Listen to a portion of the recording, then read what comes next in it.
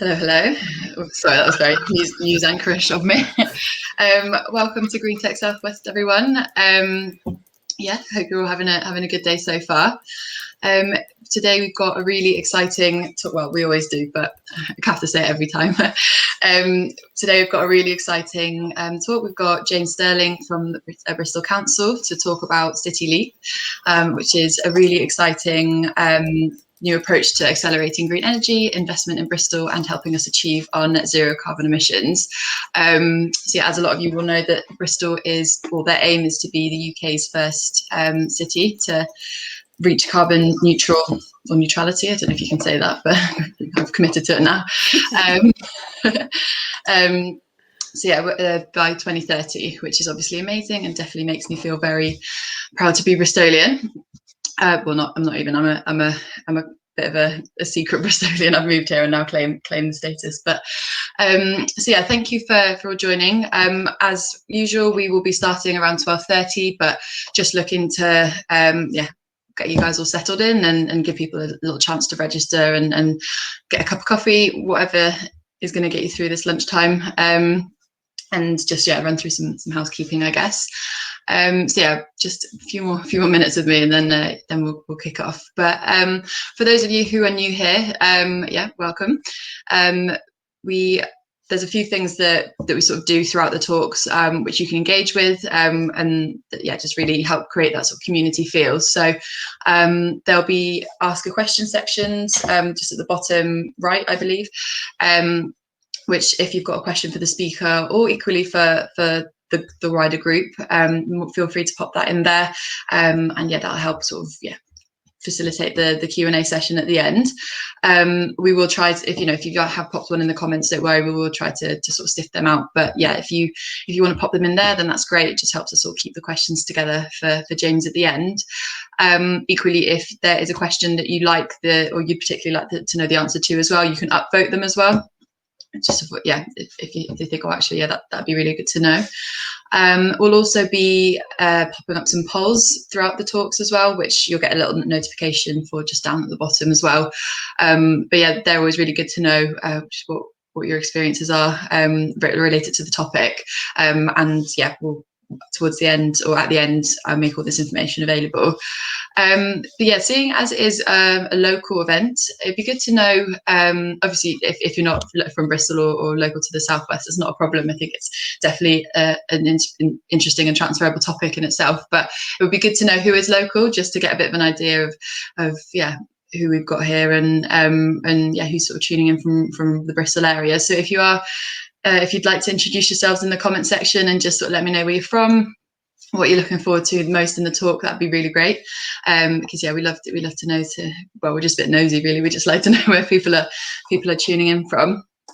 And then just about sort of related to the topic again, it'd be good to get a bit of an idea of sort of how many of you have actually read the clean air, read about the clean air zone. Apparently 71% of cars on the street fall below that level for where the £9 charge comes in October. So I'd be just curious to know who sort of read about that so far and what your thoughts are on that. So yeah, great. We've got our first introduction. Hi, Dominic, over in Bath. That's pretty local as well. We'll let that count. And then perfect. You're one step ahead of me already. And then it'd be good to also know just how, with the talk coming up, how people are getting their energy already. What sort of energies do you use? Is it clean? And whether or not people are considering getting electronic vehicles either. It'd be good to sort of know, what people, or equally if you've already got one, and just sort of just get a bit of an idea of what people are using, just to get a good consensus. So just for anyone who's joined in the last few minutes, hi, I'm Ellen. We will be getting started really shortly. Looking to kick off in the next 4 or 5 minutes or so, but just letting people get registered and get linked and get comfortable and everything. But if you'd like to introduce yourself in the comment section, that'd be great. And let me know where you're from, because it's good to know who is tuning in sort of from the more local areas, but also we have had sort of quite a worldwide following for the last few talks. So it'd be good to see, if this can inspire people in different cities and what their sort of experiences are there as well. So that'd be really great. So yeah, as Hannah will sort of introduce or explain this a bit more, but we do a sort of 60-second intro section as well, just ahead of the talk, which is just an opportunity for someone or anyone who has something to share with the community, whether or not that's you want to talk about a project that you're working on, if you found some useful resources that you think would be useful for people in the community to know, or a call to help or call to action. We've had a lot of people make connections in the group and sort of support any sort of ventures that they're on, which has been really positive. You'll have an opportunity to come on screen and just do a bit of a 60-second intro or pitch or whatever. And just do a bit of humble bragging or a shout out. But yeah, so if you would like to do something like that, just let us know in the comment section. What we'll be able to do then is invite you on screen and give you an opportunity to do humble brag. And then also we are trying to offset our carbon footprint from, we appreciate that being online and video streaming and all that can be quite, carbon heavy. So we do have our own Green Tech Southwest Forest with ecology, where if you felt you would like to, or you thought that you've been enjoying these sessions, you can donate to plants and trees and help us set off our carbon footprint. Essentially, it is growing. We are very proud of our little forest. Obviously, there's absolutely no obligation, but just letting you know the options there if you did fancy that. So, but yeah, again, all those links will be made available at the end. I guess the main thing is I've really been enjoying how interactive this community is, and particularly how interactive you are throughout the talks, which is so it's really positive to see. So if there's anything that you think would be useful to any of the other members, or relevant to the talk, or something that you've come across, feel free to share that in the comments section as well. What I do at the end is I collate all the links and all the anything that you've sent round, or any useful sort of nuggets of information. I compile it all together and then make that shareable, so you can access that at a later date. And also, if you have to run off at any point in time throughout this talk, or whichever, something comes up, we appreciate it's lunchtime. This talk is as always is recorded as well, so you'll be able to watch that back, and I'll be sharing links to do so around later today. So yeah, I imagine we'll get started pretty soon. For anyone who's just joined, welcome. Really looking forward to this one. Definitely, interested to see how Bristol are tracking against becoming carbon neutral in 2030. So I keep going 2020, but thank God that's behind us. Hello, Hannah. Oh, I think you're still muted. I'm on mute, yeah. Someone's got to do it, haven't they? That was definitely me today.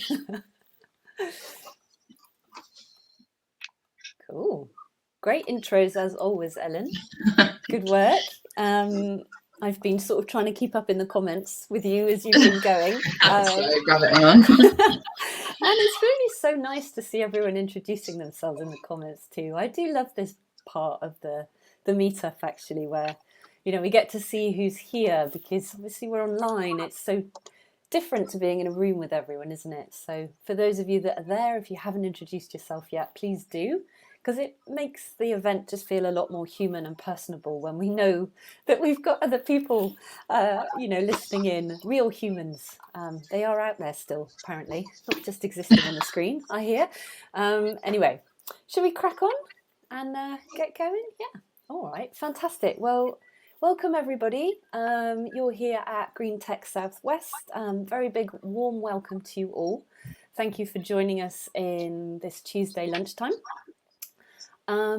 We are a meetup group based in the southwest of England, specifically Bristol.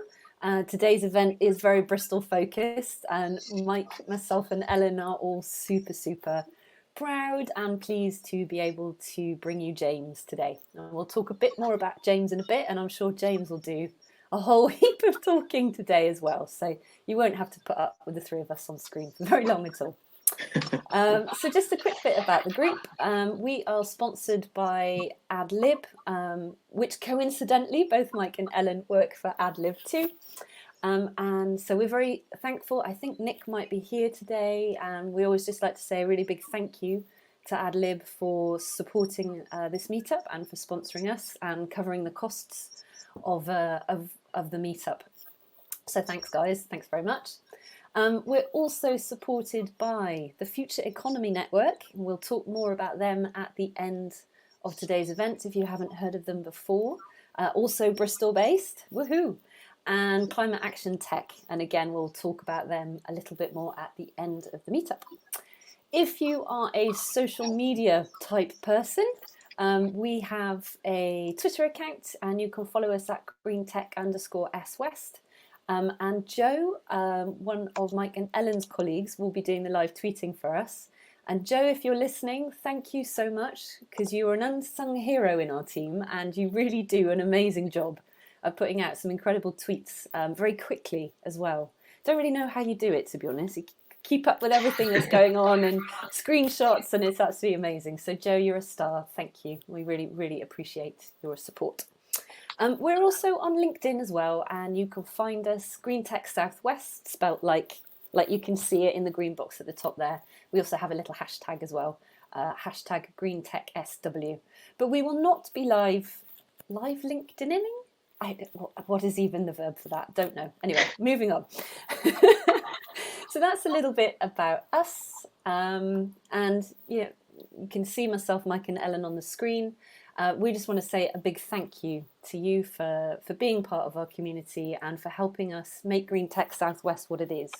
I think it's fair to say that the three of us are pretty proud of this community and very grateful to you all for being here. Michael, Ellen, do you want to have anything you want to add at this point? I think it's all covered. Yeah, I think we're all good.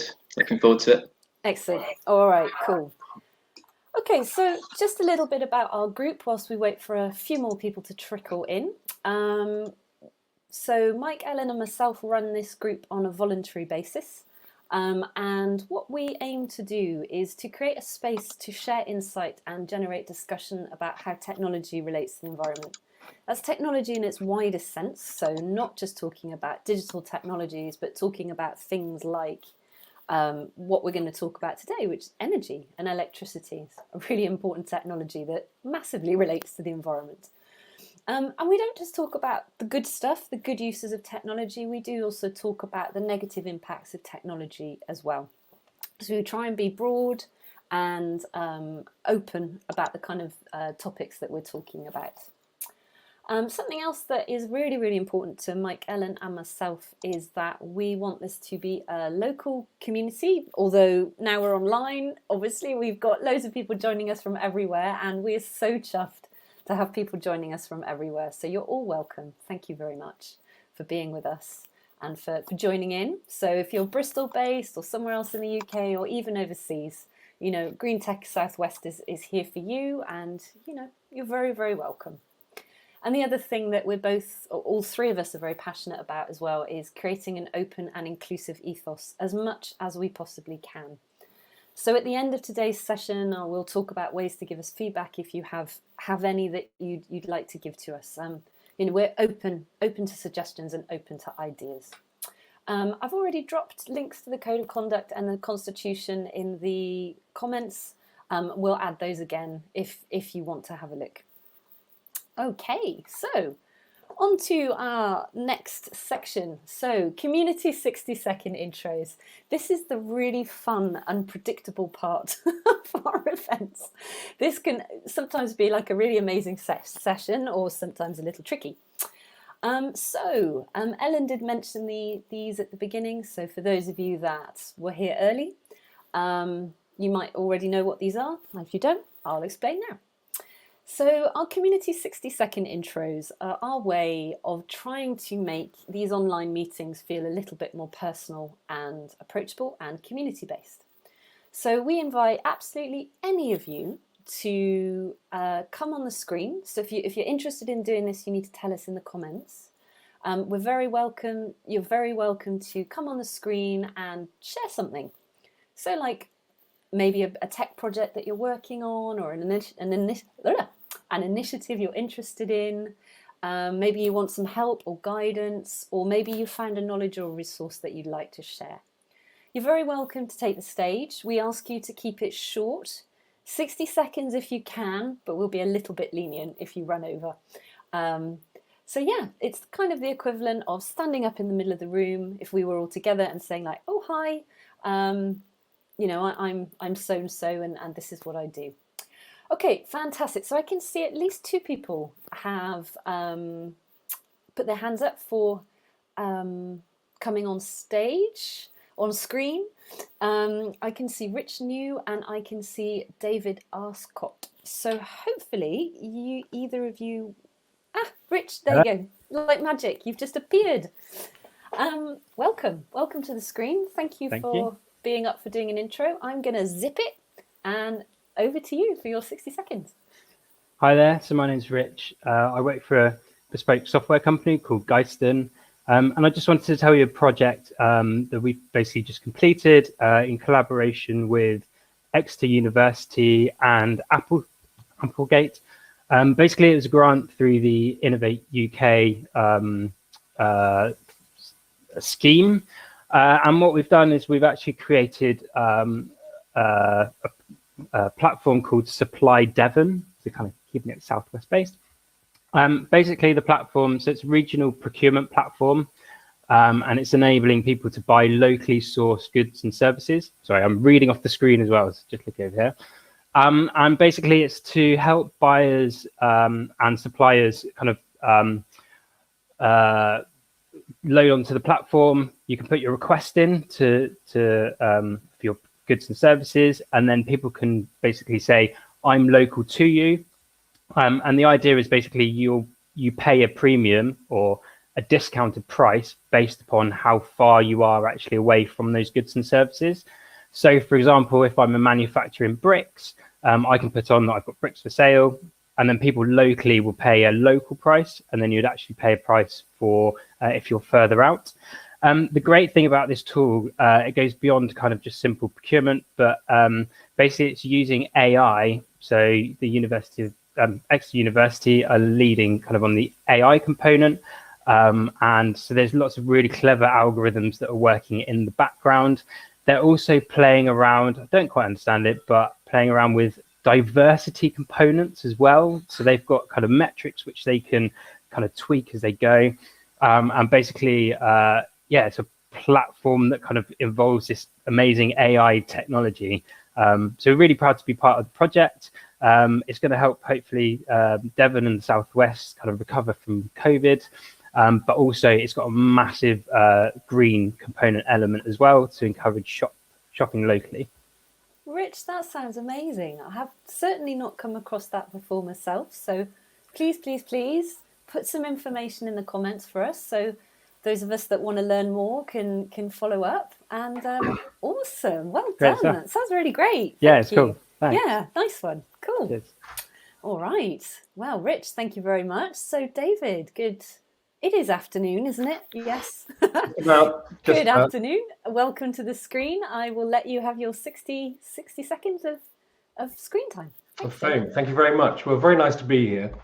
What we're doing at Pyterra, which is my company, we're developing a very ambitious platform which connects corporates with local ESG projects, so that the corporates actually put in sponsorship funds.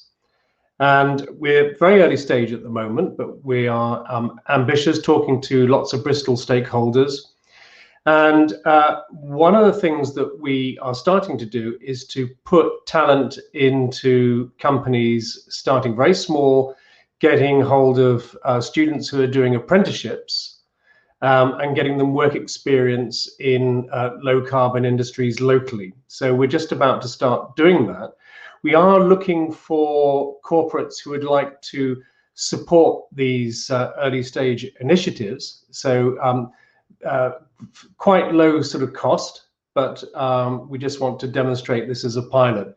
So anybody who knows of a corporate who'd like to do this, then please do get in contact with me, David Arscott, at pyterra.co.uk, and look forward to connecting with a lot more of you soon. Oh, David, that also sounds absolutely fantastic. And you mentioned, did you say ESGs at the beginning of your... Got the ESG in there, yeah. Yes. So this is really... don't know, just quickly, what's ESG? So ESG, environmental, social, and governance projects, and big emphasis on the environmental and social. So this could be helping infrastructure projects such as solar EV starting off, or startup companies working in the low tech sector, getting some early stage funding to roll out pilots. And so on. So it's really to try and close that early stage gap funding to get things going which otherwise wouldn't. And Brilliant. It's interesting, we got listening David, to City Leap today. Sorry, I'm going to have to stop you because we've got somebody else who wants to come on as well, and we try very, very hard to stick to time because it's lunchtime. Of course. So please pop some information for us to follow up on into the comments. Sounds absolutely brilliant. And I'm certainly going to take a look at what you're doing and see what we can do in Green Tech Southwest to spread that out for you. David, thank you so much for coming on screen today. It's lovely to meet you. Okay, now last up, we should have Kit joining us. So Kit, I think you're accepted and connecting on your way. And David, you're still on screen, just in case you didn't know that. Yeah, there we go. We've swapped David out, and hopefully Kit is connecting now. Kit, if your camera's not working, that's absolutely fine. We can look at the sort of picture, sort of, what is it, Space Invaders kind of icon that you've got up. Okay. I don't know what your internet is like today, Kit. Maybe not so good, which is a shame because I like the sound of what you were going to talk about there. I think you said tree moisture. Tree moisture sensor project. All right, Kit, we're going to give you just a sort of 10, 15 more seconds to see if this works. Mike or Ellen, I'm not sure which of you are doing the inviting, but I wonder if we should cancel Kit's invitation and try again? Yeah, I'll do that. Nice one, Mike. Thank you. All right, this is always the part of, like, as I said, of the meetup that can go well and sometimes can be really, really awkward. Hopefully we're not doing too badly at being awkward at the moment. I should imagine Kit's probably got steam coming out their ears going, why can't I connect? Okay. All right, so again, I'm looking over to my left because I have another admin screen set up down here. Aha, Kit, I think you might be on screen. Let's see. My camera still isn't working. Am I? Oh, yes, okay, I am now. Excellent. Patience always pays off, doesn't it? Well done, you as well, for sticking with it. We have you. So, Kit, I'll be quiet. Over to you for your 60 seconds. Yeah, hi, I'm Chris Wallace from Bristol Tree Forum. Some of you may remember I did a presentation on our website called Trees of Bristol, where we both map as many public trees as we can, and also we've got a number of tools there which enable us to do things like a popular one is being able to assess the effect on net carbon of dropping of felling a tree and replacing it with small trees, and how long it takes to recover the original.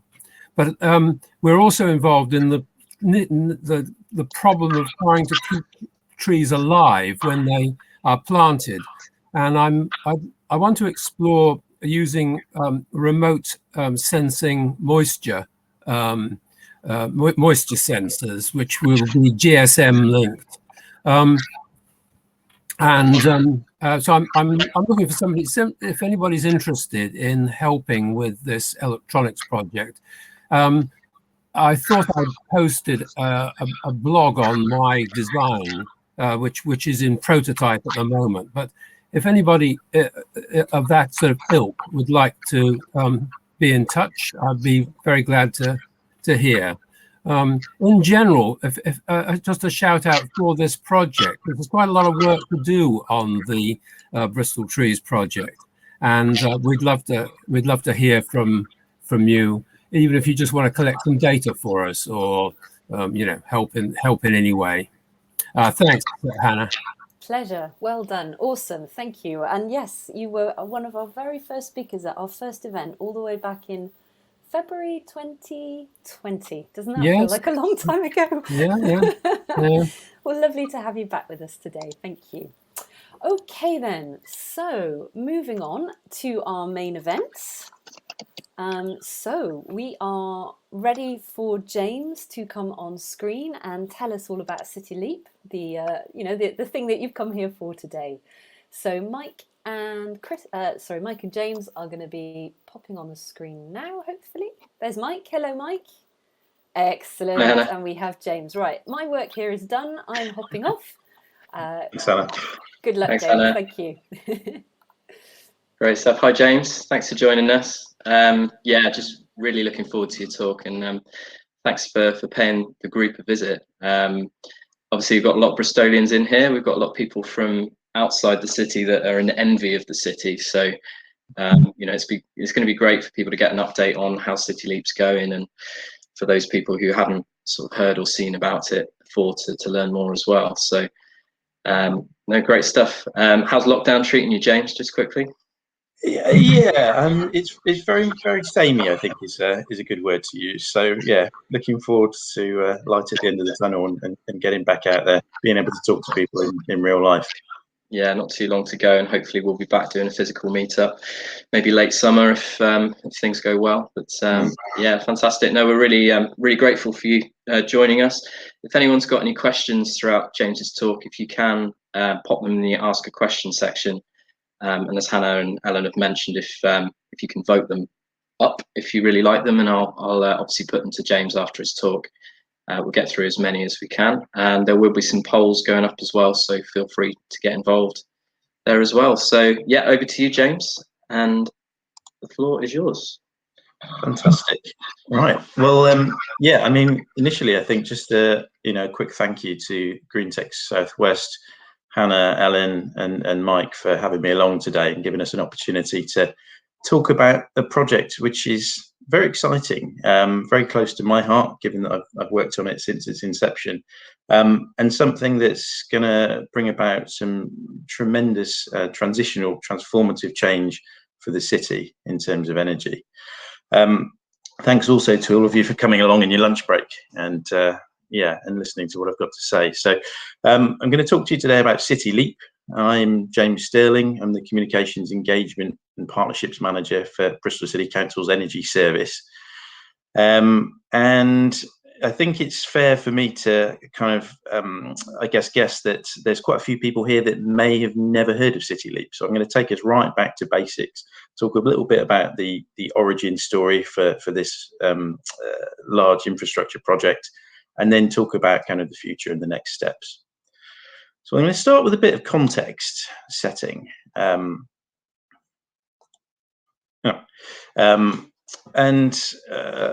energy and sustainability in Bristol. Now, energy is of tremendous importance to us as a city, as indeed with all core cities, but also as a council. We know that socially, 1 in 8 households currently are living in fuel poverty within the city, and frankly, in 2021, that's a crime, I think, for want of a better word.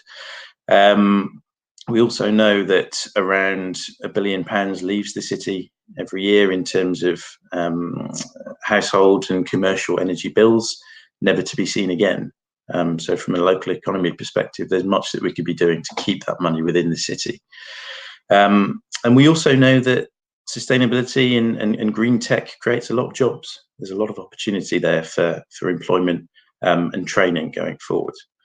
So it's for these reasons and many, many more that Bristol City Council became the first city to declare a climate emergency back in 2018. And at the same time, we set new targets. So we brought our target for carbon neutrality as a city forward by 20 years to 2030. And our target for carbon neutrality as an organisation, so the council and all of its operations, to 2025. We have been measuring and setting a baseline on our carbon emissions as a city and a council since 2005.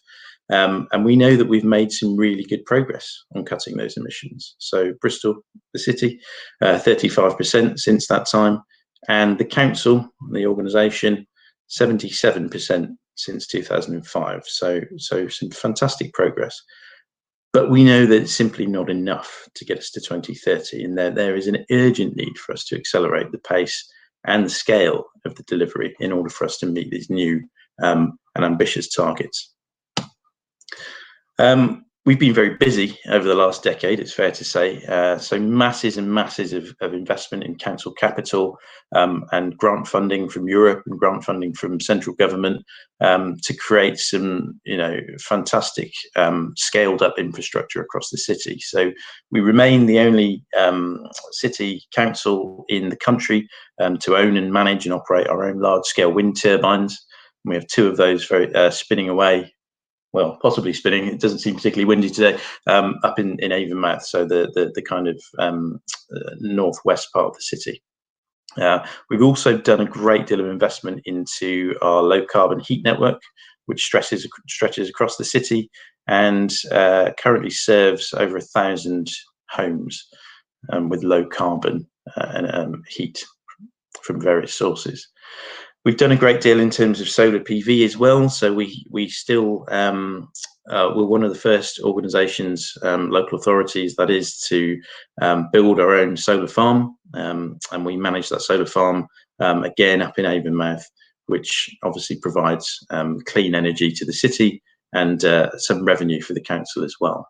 And then there's a great deal of other things we've been doing as well. So energy efficiency often gets left off, not the most kind of sexy part of kind of the sort of decarbonisation picture, but one that's really, really important. So we have a rolling programme to upgrade our 27,000 social housing properties across the city.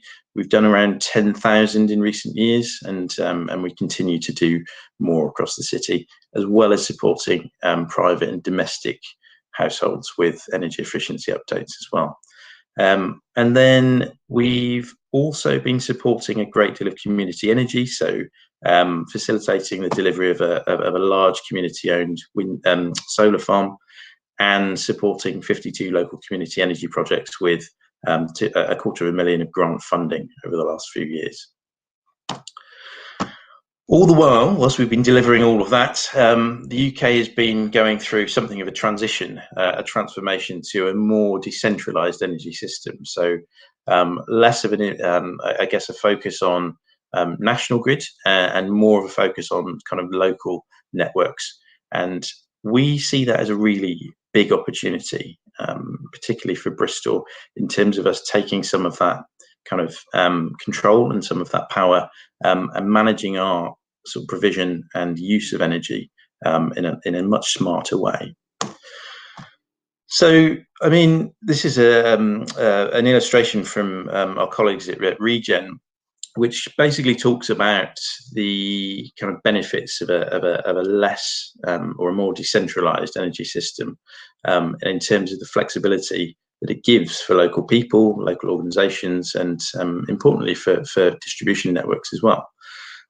So it gives a great deal of opportunity for us to do more in terms of supporting local community energy, developing microgrids, enhancing our digital platforms, and creating smarter energy systems whereby technology talks to each other in order to balance the grid and I guess support the kind of increased use of renewable in our mix.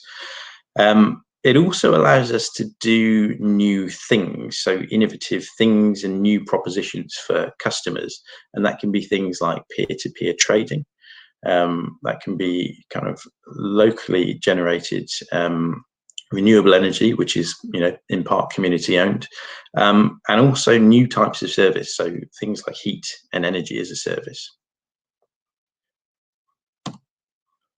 So we, for a number of years, were kind of looking at this pattern of kind of greater decentralization and, you know, the advent of much smarter technologies to go with our energy system, and getting a few ideas together in terms of how we could make this work for Bristol. So as I said earlier, mindful of the, you know, the 60+ million that the council has put into the local energy system in developing kind of low carbon assets, we know that that's simply not enough. There's much more to do, and we have something of a hard deadline in terms of climate change.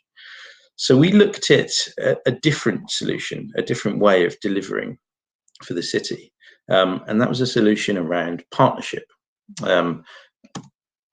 And so in 2018, the summer of, we published a document called the City Leap Prospectus.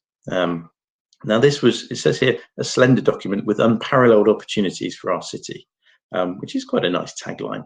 But ultimately what the prospectus was a look forward the next 10 or 20 years, a look at all the work that we were doing as a council across the various technology types and across the various different types of project that we were running, and a look at ambition. So if we had a kind of bottomless pit of money, the like of which the council doesn't, what could we achieve with the powers and the levers that we have at our disposal? And so we published the City Leap Prospectus, which outlined all of those opportunities across heat networks, across renewables, across electric vehicle charging infrastructure, hydro, wind, you name it. It was probably in the prospectus. And we essentially, with our feasibility and our studies, put a price tag next to each of those project types. And we put that out to the world, essentially. We asked organisations of all shapes and sizes to get in touch with us and talk to us about how they could see a potential partnership with the council working, and indeed whether it would even work at all. So we put this out as a sort of what we call a soft market test. What we got back from the market was really interesting. Actually, it far surpassed my expectations, and maybe a very, very happy comms man in terms of our ability to kind of sell the potential of Bristol to the wider world. So there's a lot of numbers here. I'm not going to go through all of these, but I think the long and the short of it is we received nearly 200 expressions of interest from a variety of different organisation types. Lots of tech organizations, lots of major energy companies, lots of financial companies, so kind of banks and pension funds, and importantly, a lot of community organizations as well, who were keen to get involved in this new opportunity, this City Leap that we're bringing to the world. In terms of areas of interest, again, lots of numbers here, but unsurprisingly, a great deal of vast majority of interest in renewable energy, lots of interest in smart, which kind of correlates quite nicely with the tech organizations that got in touch. But also for us, it was really heartening to see so much interest in energy efficiency, both commercial and domestic. I mean, those two combined are essentially the majority of the areas of interest. So yeah, a really, really nice kind of spread of interest across the different types of projects that we run. The most exciting thing for us, I suppose, really was the scale of the organisations, the size of the organisations that got in touch. So unsurprisingly, lots of small to medium enterprises, a fair few large organisations, a couple of individuals, so individuals who wanted to essentially put money into a project, and we obviously directed those individuals to different types of projects that they were able to do that within.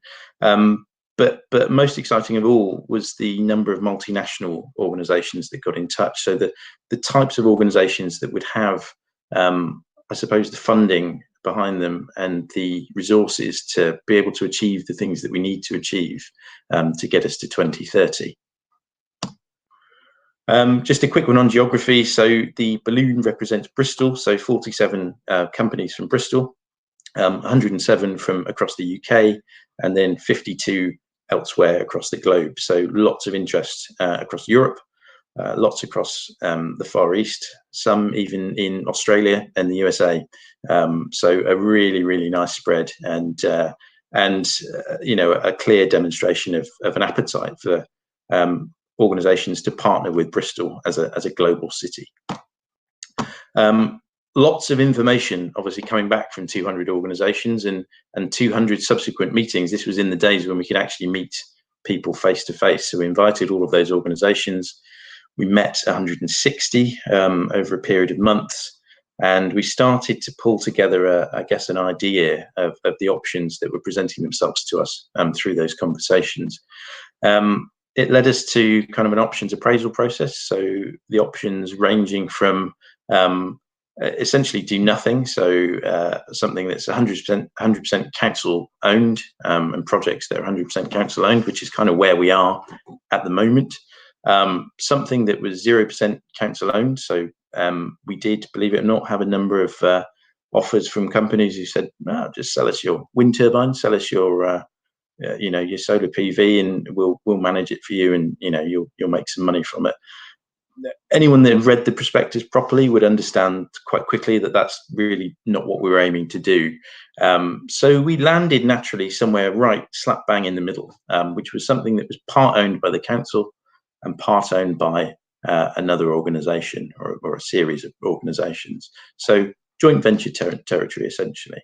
And it's this proposition, this option that we took to the Mayor and Cabinet in 2019. And this opportunity that came forward was essentially approved by the Mayor and Cabinet for us to go on and set this thing up, to establish this joint venture and to begin a process of procurement. So at that point, we kind of stopped and did a really kind of hard think in terms of, okay, so we know we want to establish a joint venture. We've got a number of objectives that we need to meet, least of all decarbonisation, but also a number of social objectives and naturally a number of economic objectives that came out of it. So I think we landed on essentially an approach that looked to achieve those three things, those three core pillars of City Leap. So, I mean, in a nutshell, City Leap is a new approach towards public and private sector partnership. It's very much a world first, so we're told. It's certainly a Bristol and a UK first. And it aims to facilitate the delivery of up to £1 billion worth of large-scale energy investment over the next couple of decades. It does focus, as I said, on a range of project types. So if you can name a sustainable type of technology, the likelihood is it will be included within City Leap. And it builds on a lot of the work and a lot of the reputation that we've built up as a city and as a council over the years.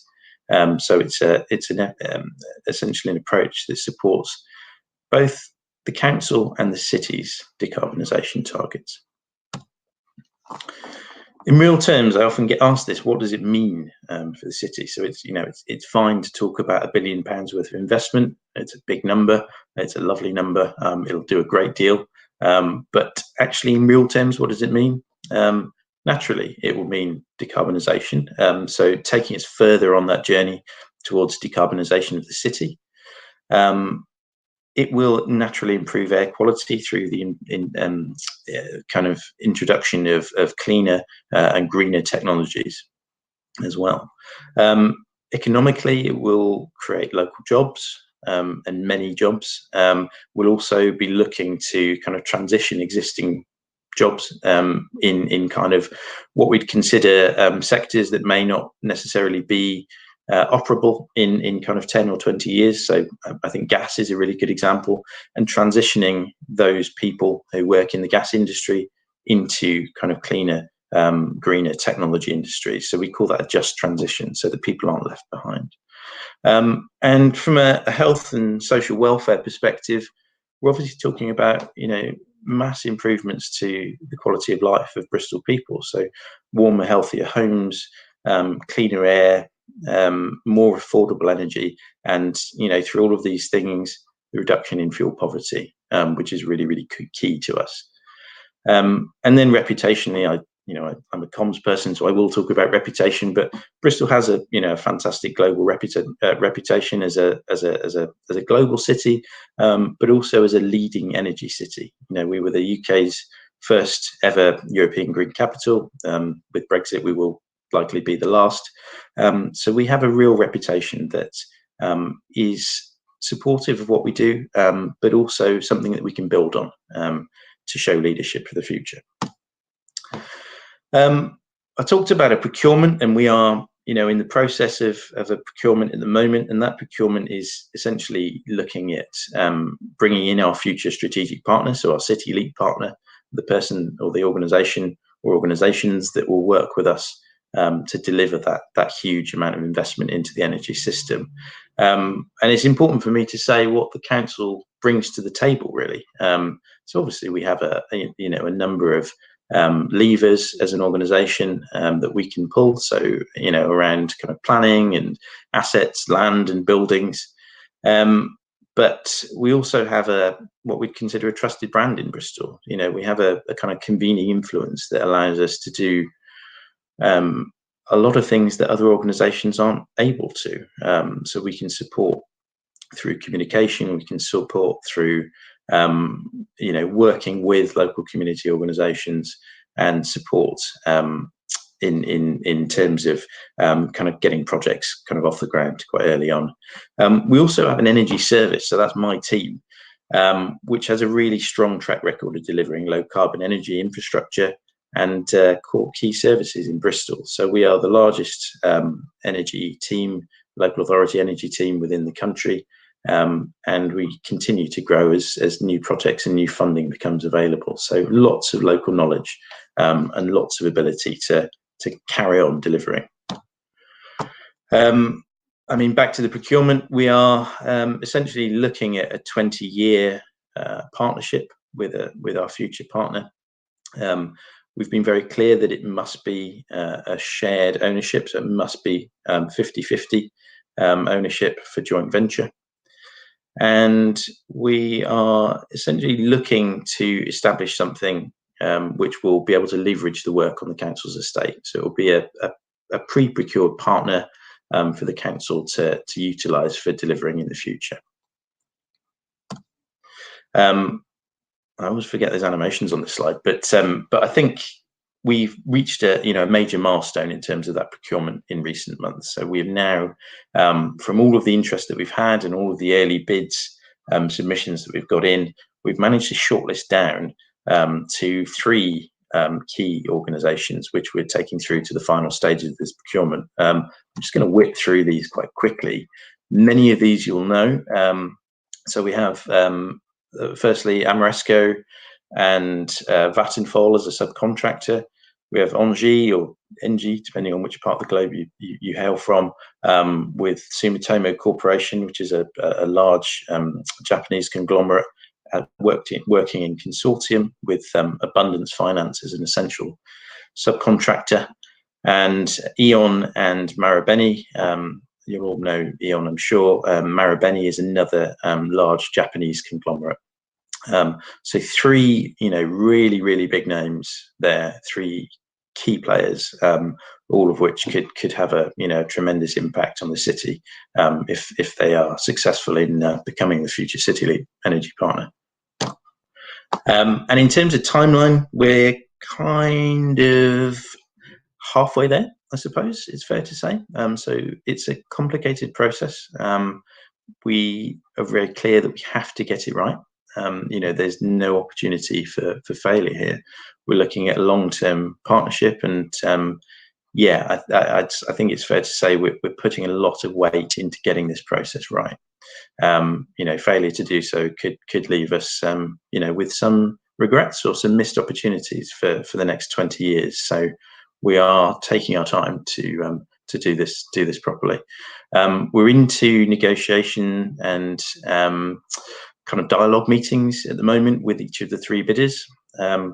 We will later this year publish our kind of final invitation to tender. That's that ITT.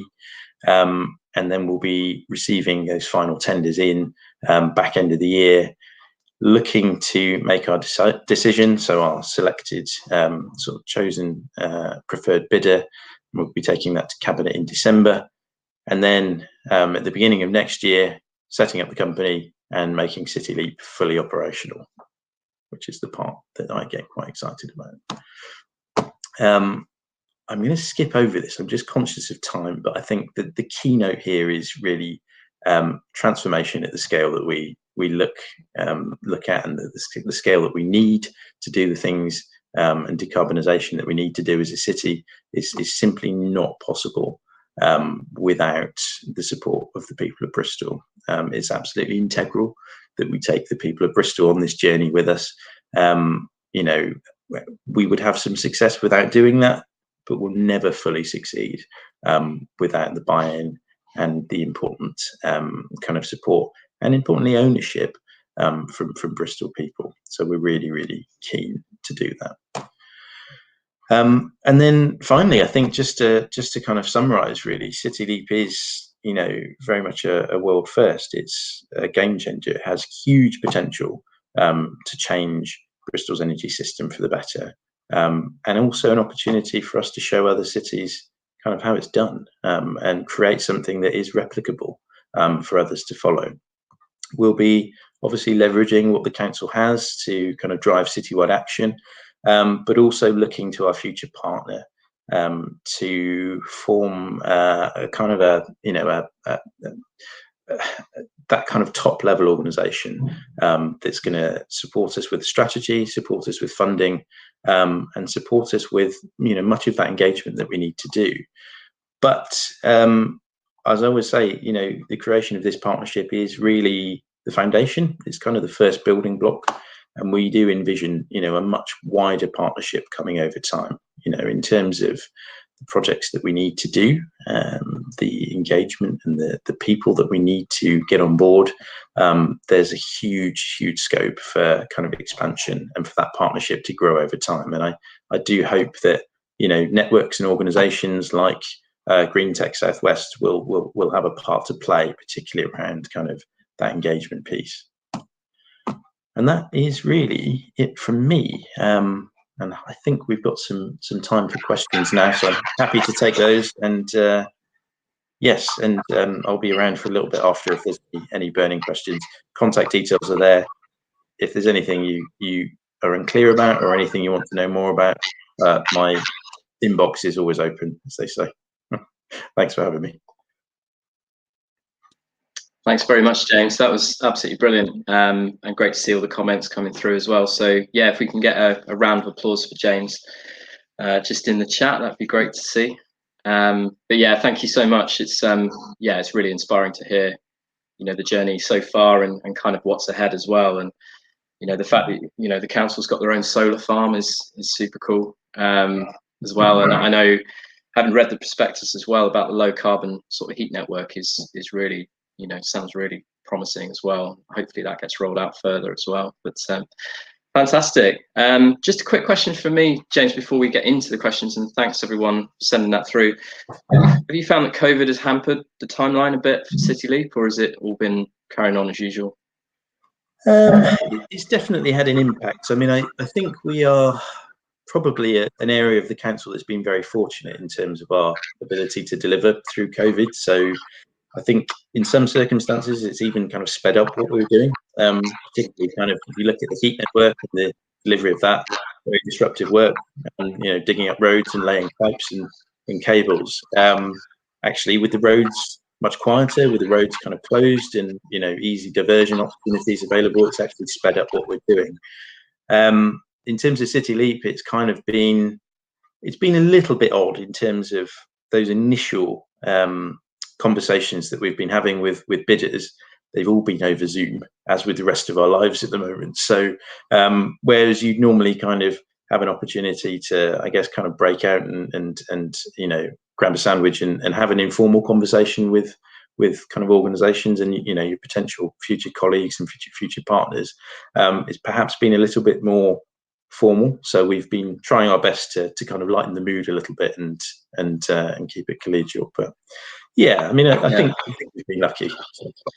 I guess that's the challenge, isn't it? You know, it's all very well bringing the money, but you've got to kind of get on, haven't you, and form a really good working relationship, which is obviously quite a challenge over Zoom. But no, that's really great to hear. So yeah, I'm just going to jump into the questions. If that's all right, James. Sure.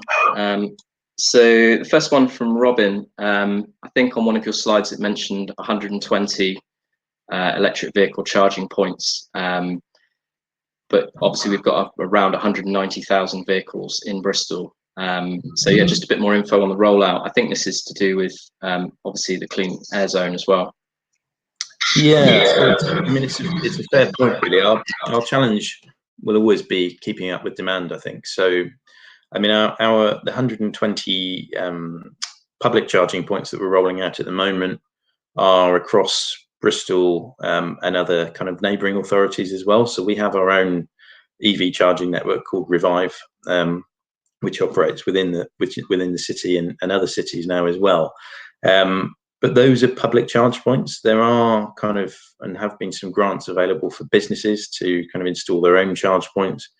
And we're also kind of looking at other options, so around mobility. So we know that not everyone needs a car every day. So we've been kind of trialing kind of cheap memberships for car clubs, electric vehicle car clubs, so that people can kind of dip their toe and see if a car club could be a viable way for them to kind of get mobile and, you know, do the big shop and pick up the kids and whatnot, and all the things that we need to do. So that's been very successful.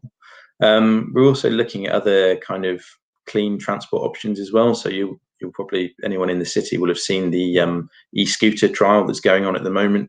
I had to go on one last week for the first time, and fair to say, actually, really impressed. They're a lot quicker than I imagined they would be, but actually, you know, a fantastic range on them and a really good opportunity to see the city from a different perspective.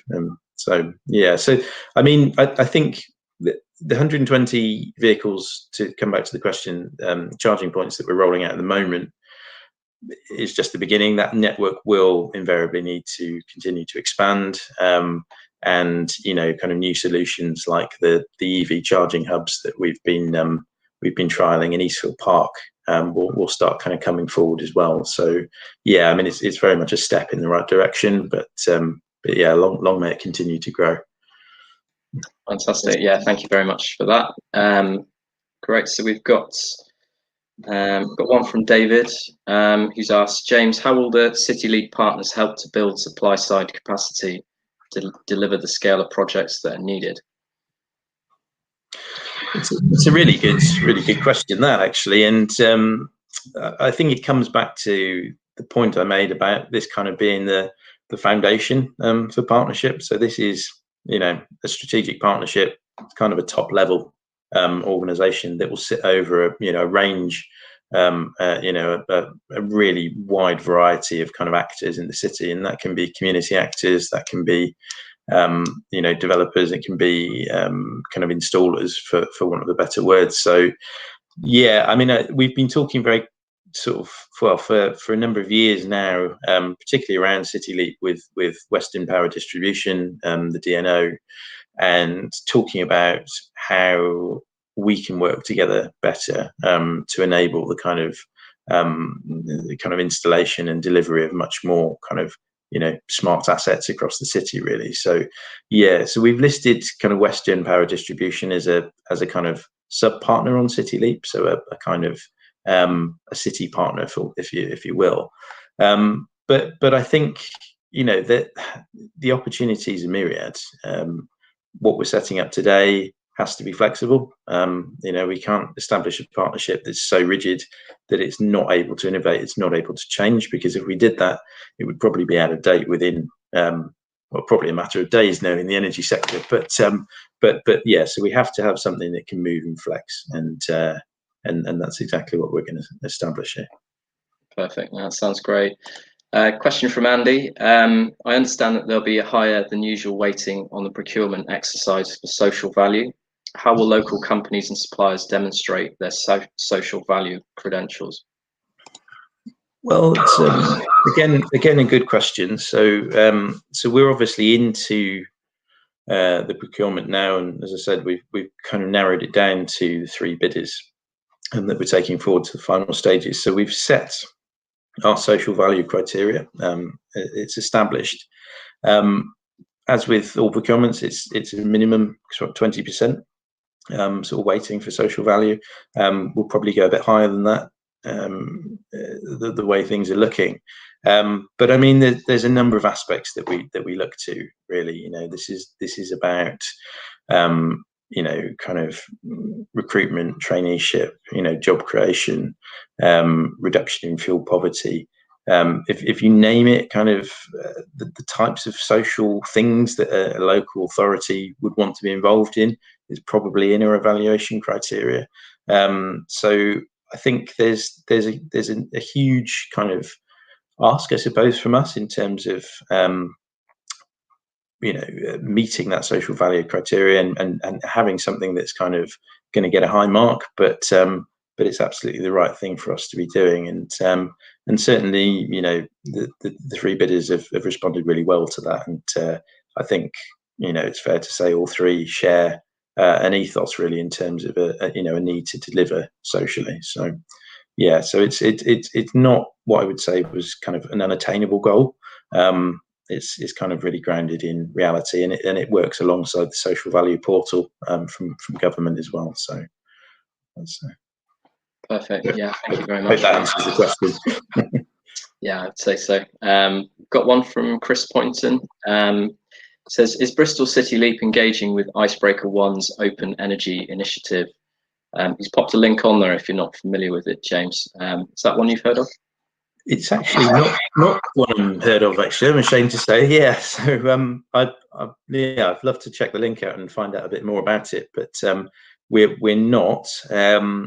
Whether we are in the wider energy service within the council, I'd say no. But I'll certainly look into it.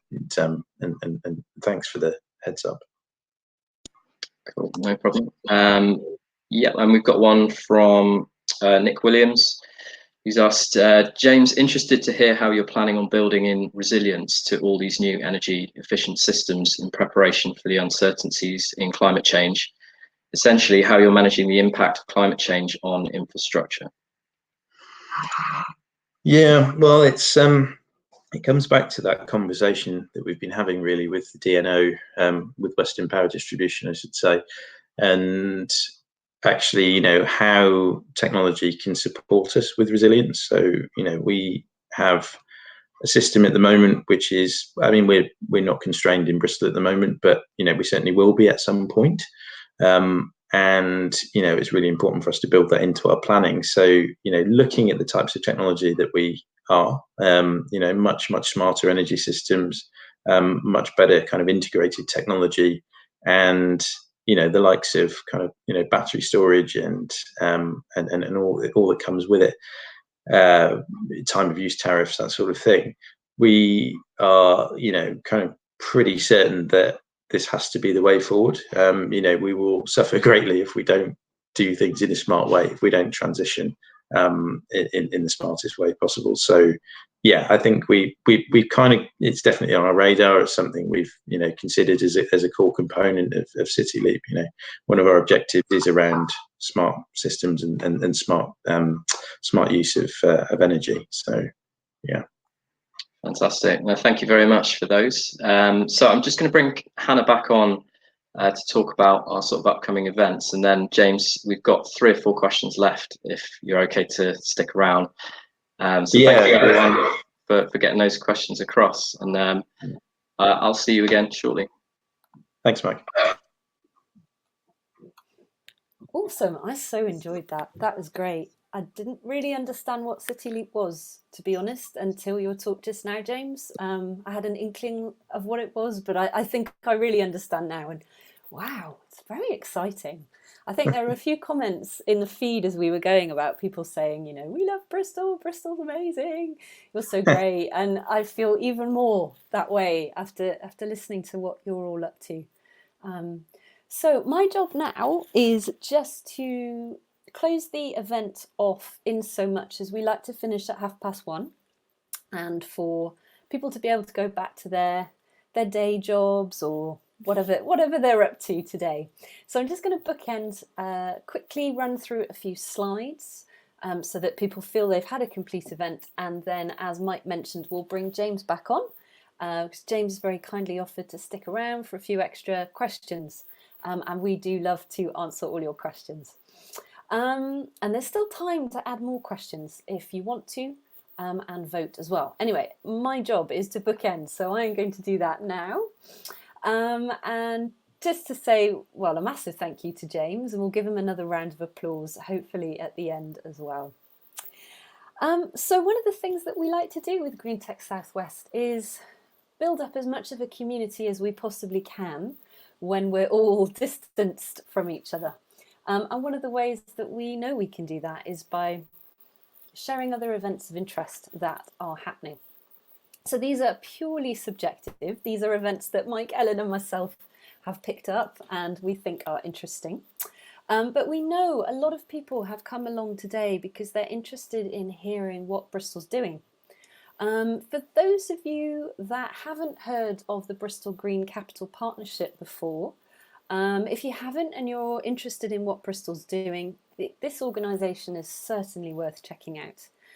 James mentioned in his talk that Bristol was European Green Capital in 2015, and the partnership programme has lived on since we had that incredible accolade for our city. So on Wednesday the 7th of April from 9:30 a.m. till 11:30 a.m. there is a Climate Action Programme launch event. So you can find out all about what Bristol's doing on a wider scale around climate action. So I think that will be great. They're always incredibly well facilitated by the team. And the Bristol Green Capital Partnership also do monthly socials where you can kind of come along, meet other people in Bristol. And I always love those events. In fact, I'm pretty sure that's where I met James. So they're really worthwhile attending if you're interested in being even more inspired by all the amazing things that Bristol's up to, because there's so many. As we mentioned, we are a community-based organisation and we try and work as much as we possibly can with other organisations in the city doing similar things. And again, if you're a Bristolian and you haven't come across, or even, have to be Bristolian, it might be Southwestian, is that a thing? Well, it is now. If you haven't come across the Future Economy Network, they are really worth checking out. Very business focused and trying to support businesses with becoming net carbon zero and helping them become more sustainable. So you can pop along to their website. They run loads of events. These are usually events that you need to have a membership for. You can also check out they have another events section which are partnership events as well. So we've just picked out 3 here. Sustainabubbles was one that caught my eye when I was looking through the events list. I quite like the name. It's a kind of networking, social type event, 25th of March. On the 22nd of April, I picked out one called the Carbon Roundtable, which is looking at helping businesses achieve net zero. And very relevant to today's talk, sorry, I think my face might be over the dates, but on the 6th of May, 10 a.m. to 11 a.m, there's Green Financing for Greener Cities, which is the first of many events of that theme that they're going to do. So loads of cool stuff to check out there. We are Green Tech Southwest. I'm actually a developer, so my lens, my focus is very much around code and software. So this one actually caught both Mike and my attention, the Climate Hackathon, which is mainly being led by Microsoft as far as I recall. March the 22nd to March the 26th. I believe it's free to enter. There are some prizes up for grabs and they are looking for people to get involved in building software and tools to support projects in 4 key areas: carbon, ecosystem, waste and water. So definitely check out the Climate Hackathon if you have tech skills and you want to put them to good use. And I've lost a slide. Okay, never mind. I should have had a slide in here about climate action tech. I must have deleted it when I was having a funny moment. Never mind. I'm sure if you come along to one of our other events, you'll hear all about climate action tech.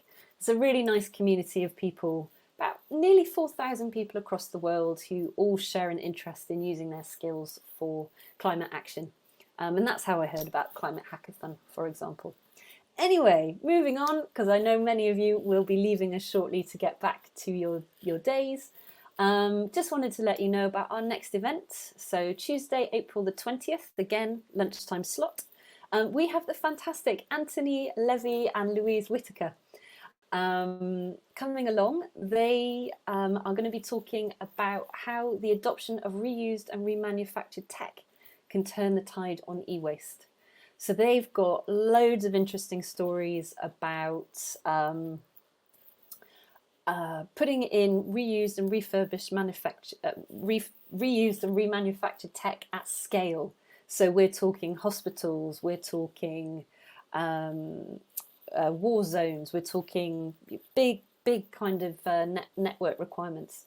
So they're going to be talking to us about this topic, which I'm very excited about. And again, both from the Southwest. So woohoo, go us in Bristol and the Southwest. We've got loads of amazing stuff happening here. So we do really hope you can join us for that. Staying in touch after today's meetup. Oh, I knew I had a cat slide somewhere. I've put it here. Okay. So I already mentioned them. Do check them out if you're interested. And they also have a meetup group now. And they are making the events that they had been running for the community much more open and accessible. So there's actually one tonight on greening AI and ML, artificial intelligence and machine learning. If you're not sure what those acronyms mean, so I hope I'll have the energy to be heading along to that tonight. So do check out Climate Action Tech, awesome organisation. I do loads of stuff with them. Okay, and almost there. So your feedback means a lot to us. We, Mike and Ellen and I, find it really difficult when we're not in a room with you to hear your feedback and to get those little anecdotal pieces of feedback. So we really encourage you to be more vocal. Don't be shy in coming forwards and telling us if there's anything you think we could be doing better for these events. We're really open to hearing it. So you'll get emailed through Meetup. You can give your feedback that way, or you can email us at greentechsw@gmail.com. Last but not least, we've mentioned a few times in the comments today that we have a forest. We set this up because we wanted to make sure that we weren't contributing to climate change through these events. So Mike, myself, and I, Ellen, Mike and myself, put a few trees in every month. But we also very happy to receive trees from any of you that have enjoyed today as well. Okay, so that's me done. I've tried to be quick, didn't do too bad. So once again, thank you ever so much for being a part of our community today. We're going to bring James and Mike back on to finish up the questions and see us through to the end. So for those of you that need to leave us now, thank you again for joining us. It's been great to have you here with us today. Great stuff. Thanks, Hannah. Cool. So with James, we'll just finish up the questions which people have put through here. So I've got one from Rich New. If there are technology requirements, for example, software solutions, will you be tendering for these, and how do they get involved? Rich works with Geiston, as you mentioned, on the 60-second pitch, and they're registered on DOS 5 and Technology 3, but would prefer to work with local partners. Cool. Well, thanks, Rich. And yeah, I like the sound of that as well. So I'll be checking it out in a personal capacity, that's for sure. Yeah. So I mean, ultimately, yeah. Once we get into kind of a bit more delivery, so once City Leap's established, once we've made that partnership happen, there will be kind of other opportunities coming from it. So specific projects will need specific players. So we'll be looking at kind of procurement. In different ways of doing that. So yeah, I mean, it's kind of watch this space, I suppose, is the answer. But yeah, looking forward to that sort of broader partnership and all of the innovators out there that are able to play a really important and quite exciting role as well. So. Fantastic. Yeah, I think it'd be great to get some local tech companies involved, which I'm sure you'd be keen to do as well. Fantastic. So next one from Hannah. He says, do you think the scheme would change energy prices for people of Bristol, whether that be up or down? Yes, is the short answer. Not up. That would be kind of counterproductive in terms of our our desire and ability to kind of have a meaningful tackling of fuel poverty. So yeah, I mean, I think there's huge opportunities around that. The heat networks are a good example. So those kind of social housing blocks that we've connected to the Bristol's heat network have been kind of shielded from price rises. So the rises in gas prices and electricity as well. Those kind of residents haven't suffered those effects in that they've been connected to a separate kind of low carbon heat source. So yeah, I think we definitely it's one of our opportunities is to provide kind of fairer pricing for the people of Bristol. Fantastic. Yeah, I think that's sort of music to everyone's ears. Yeah. Particularly after the winter. So yeah, thank you. One from Dominic here. Given that you have a great resource of the river running through Bristol, are there any thoughts to try either a hydro project or a water source heat pump system for community heating? Yeah, it's good questions. So I'll start with water source heat pumps. So we're just about to start work on the largest water source heat pump in England, actually, which will be near Castle Park. So making use of the kind of latent heat within the river there to provide essentially kind of renewable heating for some new developments, housing and offices in that area. So yeah, water source is definitely on the agenda, and we're very lucky to be near so much water in the city. In terms of the rivers, we've been talking and looking into some hydro projects around Netham with which Bristol Energy Cooperative are running at the moment. I think they've just in the last few days met their funding target as well, so really pleased to see that, and an exciting project to come from that. And we've also done some feasibility as well around the Severn. Is it Severn? Yes, the Severn estuary, because obviously some fantastic flows there, some of the best in the UK actually in terms of sort of water flows and depth. So yeah, it's a tricky one. That it is a tricky area, particularly around sort of shipping lanes and inter-authority agreements. But it's still a point of interest for us, definitely. Perfect. That sounds great. One from Ian Mitchell. I think I've asked you this one already, and I know you get asked this at every talk that you do, but how can we help as sort of individuals? It's a solid question, Ian and Mike, definitely. And I mean, as individuals, I think there are some really kind of immediate things that you can do. I mean, I think I always tell people, and this isn't a promotion of any particular company, but always look at your energy tariff. Look at your energy tariff and see if you're on a green tariff, if you can get onto a green tariff, if you can afford it. They are, much more reasonable than they were in years gone by. So definitely check that out, make the switch, and make sure that your home and your phones and all your appliances and devices are powered by sort of renewable energy. That's really key. We've also just launched a climate hub, so a website for Bristol people. So if you Google Bristol Climate Hub, you'll find it. And that basically kind of takes into account your circumstances as a household or as an individual, and gives you kind of a list of things that you can do in the kind of near to medium to sort of longer term, essentially to help play your part in sort of cutting our emissions. The rest of it, we understand that there are hooks, for any major change, telling everyone in the city to put solar panels on their roof and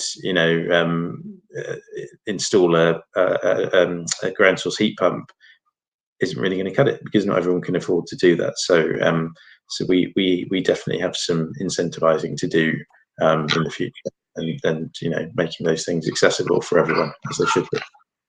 Yeah, great stuff. And obviously there are a wealth of carbon footprint apps as well, and lots of really good resources on all the local sort of green community websites as well. So great stuff. Final one again from Ian. Electric vehicles are very expensive. They have to be affordable soon. What's your opinion on them and their use?